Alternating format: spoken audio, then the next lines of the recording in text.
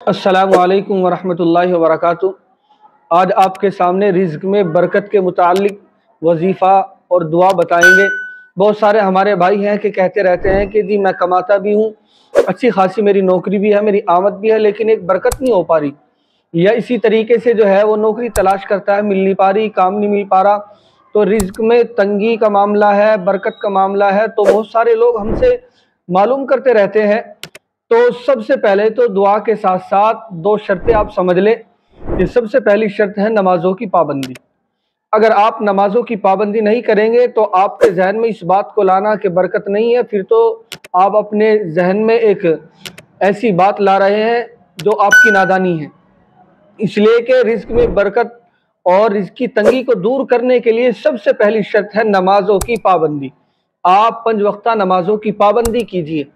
और दूसरी शर्त है आप हलाल रिज़्क़ कमाइए, हलाल खाइए, हलाल अपने बच्चों को, अपने घर वालों को खिलाइए। और इसी तरीके से आप जो भी आमदनी आपकी है हलाल तरीके से आप उसको हासिल कीजिए। अब ऐसा होता है कि नीयत हमारी क्या कि उसका लूट लिया जाए, उसका खसोट लिया जाए, उसका दाव लिया जाए। नीयतें हमारी ये हमने एक दूसरे का उधार ले लिया तो देने का इरादा नहीं, इनकार न देने के न इरादा है न नीयत है।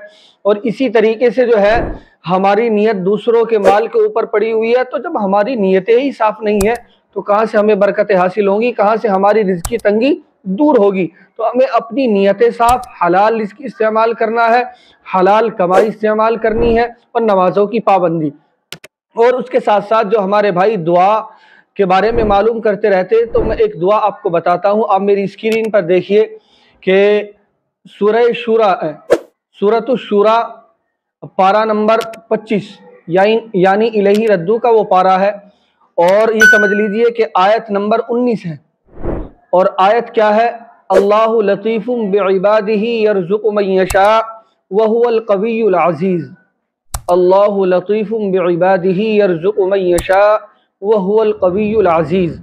ये सूरत शुरा पारा नंबर 25 आयत नंबर 19। आप मेरी स्क्रीन पर भी आप इसको देख सकते हैं।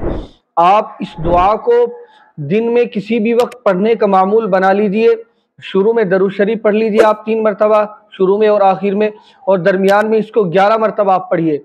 और इसको पढ़ने का मामूल बनाइए। इंशाअल्लाह अल्लाह ताला इसकी बरकत से आपके रिज़्क़ में बरकत भी होगी और इसके ज़रिए से आपके रिज़्क़ की तंगी भी दूर हो जाएगी। लेकिन इस आयत की मैं आपको तफसीर के मुतालिक आपको बता दूं कि हज़रत मुफ्ती शफ़ी साहब मारिफुल कुरान जिल्द नंबर 7 और सफ़ा नंबर 87 पर इसके मुतालिक लिखते हैं कि हाजी इमदादुल्लाह साहब जो शेख हैं हज़रत थानवी रहमतुल्लाहि अलैह के, और हज़रत थानवी को कौन नहीं जानता, रहमतुल्लाहि अलैह को सब जानते हैं। और हाजी इमदादुल्लाह मुहाजिर मक्की रहमतुल्लाहि अलैह को कौन नहीं जानता, सब जानते हैं। इतने बड़े अल्लाह वाले। और वो खलीफा किसके हैं? हज़रत मियाँ जी नूर मोहम्मद साहब झिंझानवी रहमतुल्लाहि अलैह के। तो उनका मामूल हज़रत मुफ्ती शफ़ी साहब ने नकल किया है कि हाजी इमदादुल्लाह मुहाजिर मक्की रहमतुल्लाहि अलैह का हज़रत का ये मामूल था कि फ़जर की नमाज के बाद अपनी जगह बैठे बैठे, यानी फ़जर की नमाज से फारिग होकर अपनी जगह पर बैठे हुए इस आयत करीमा को जो मैंने आपको बताई है 70 मरतबा पढ़ते थे। यानी ये आयत करीमा बुजुर्गान दीन के मुजर्रबात में से भी है। बुजुर्गान दीन के जो मुजर्रबात होते हैं अल्लाह ताला ने उसके अंदर बड़ी खूबियाँ रखी है। अल्लाह ताला बुजुर्गान दीन के मुजर्रबात के ज़रिए से भी रिज़्क़ के मुताल्लिक या ज़िंदगी के किसी भी शोबे में जो उनके मुजर्रबात नकल किए जाते हैं बड़ा इंसान को फ़ायदा पहुँचता है। तो चुनाचे आप इस आयत को पढ़ने का मामूल मुस्तकिल बना लीजिए और फजर की नमाज के बाद पढ़कर अपनी जगह बैठे रहे और 70 मरतबा आप इसको पढ़िए। ज़्यादा भी आप पढ़ सकते हैं, जो आपका मामूलात है वो भी आप पढ़िए और इस आयत करीमा को भी आप पढ़िए।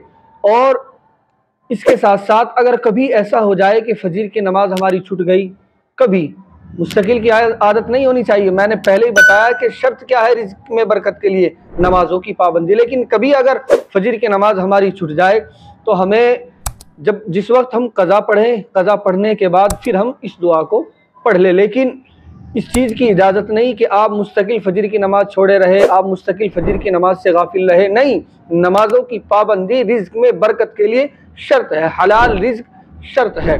मुझे उम्मीद है कि ये मेरी छोटी सी बात आपकी समझ में आ गई होगी। अगर कोई राय है, कोई मामला, कोई मसला है तो आप मुझे कमेंट के ज़रिए से मुझसे मालूम कर सकते हैं और मुझसे कोई भी मसला आप दरियाफ्त कर सकते हैं।